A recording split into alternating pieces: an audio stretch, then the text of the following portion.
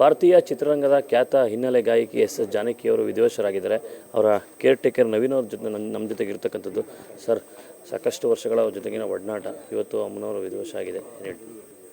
Sir, ನಾನು first ನನ್ನ ಅಮ್ಮನ್ನ ನೋಡಬೇಕಂತ ಹೋಗಿದ್ದು 1997 ಉದಯ ಟಿ ವಿ ನಾಕೌಟ್ ಅವಾರ್ಡಲ್ಲಿ ನಾನು ನೋಡಿದ್ದು. ಅದಕ್ಕಿಂತ ಒಂದು ವರ್ಷ ನಾನು ನೋಡಲೇಬೇಕು ಅಂತ ತುಂಬ ಡ್ರೀಮ್ ನಂದು.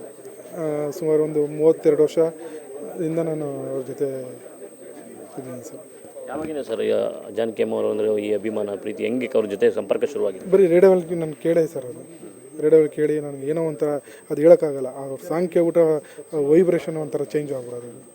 ನನಗೆ ಆಗ 12 ವರ್ಷ 13 ವರ್ಷ ಇರ್ಬೋದು ಅಷ್ಟೇ. 7th ಸ್ಟ್ಯಾಂಡರ್ಡ್ ಇದ್ದಿದೆ ಸರ್ ನಾನು.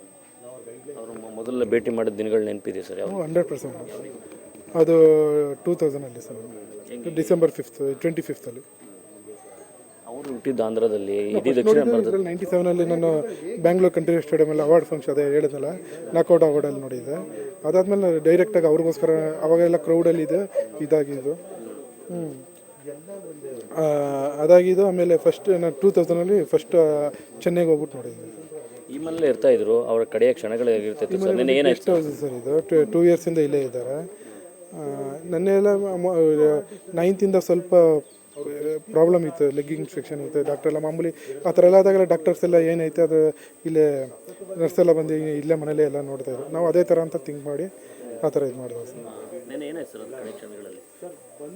ಏನಿಲ್ಲ, ಅದೇ ಅವತ್ತು ತುಂಬ ನನಗೆ ಡಿಸ್ಕಂಫರ್ಟ್, ಯಾಕೋ ಮೈ ಚೆನ್ನಾಗಿಲ್ಲ ಅಂತೀರ.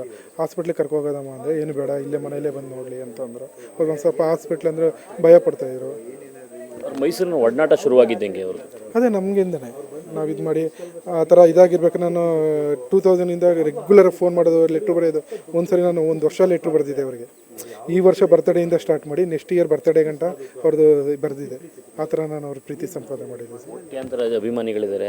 ಅದ್ರ ಮೊದಲು ನಿಮ್ಮನ್ನೇ ಹೆಚ್ಚು ಪ್ರೀತಿಸ್ತಾ ಇದ್ರು, ಆದರೆ ಅದೇನು ಅಟ್ಯಾಚ್ಮೆಂಟ್ ಅಷ್ಟೇ ಅದು ಸರ್.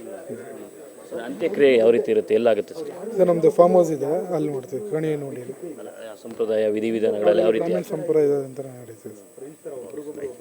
ಇದಿಷ್ಟು ನವೀನ್ ಅವರ ಮಾತಾಗಿತ್ತು. ಕ್ಯಾಮ್ರಾ ಪರ್ಸನ್ ನವೀನ್ ಜೊತೆ ನಂದನ್ ರಾಮಕೃಷ್ಣ, ಏಷ್ಯಾನೆಟ್ ಸೋನಸ್, ಮೈಸೂರು.